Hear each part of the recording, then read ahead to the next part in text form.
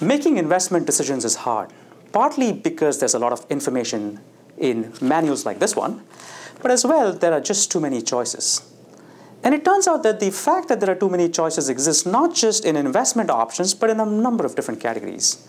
I grew up in India, and back in the 1970s and 1980s, I used to go to the grocery store and ask for bread, and I would be given bread.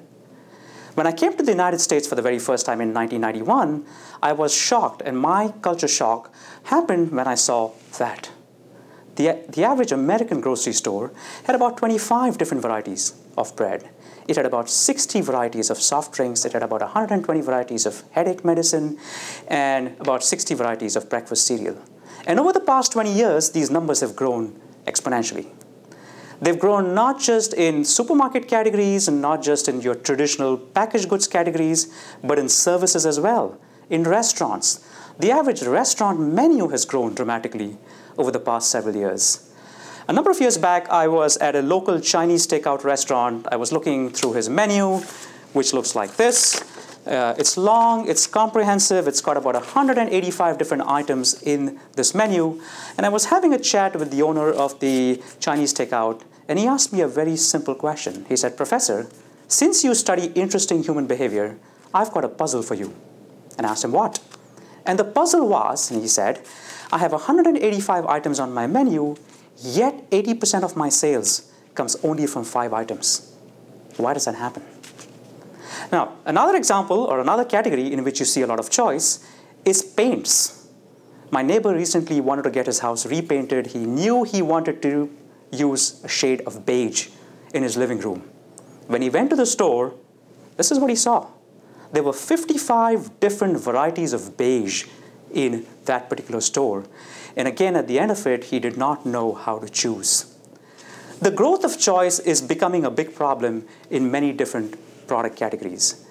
Choice is fueled by 2 simple assumptions. Assumption number 1 is that the more choice you give people, the more likely are they to find something that best matches their needs.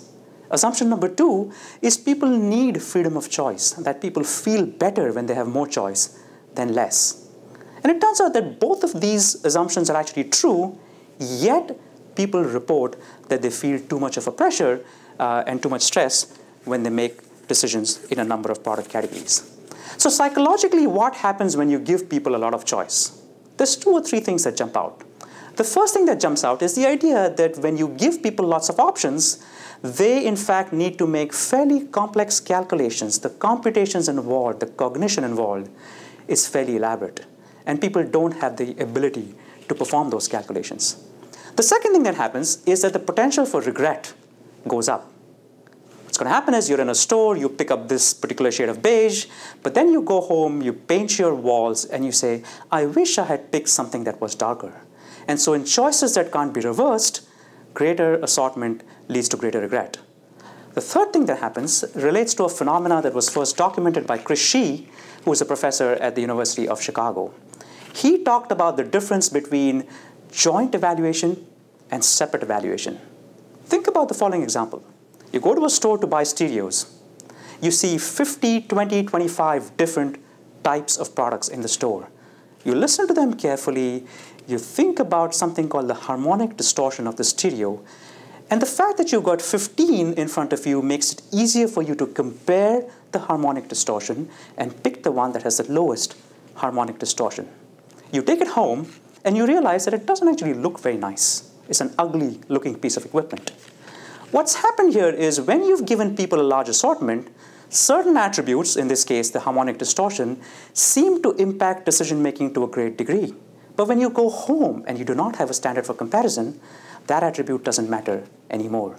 And so essentially what's happening here is that greater assortments creates a greater distance between your choice and what keeps you happy.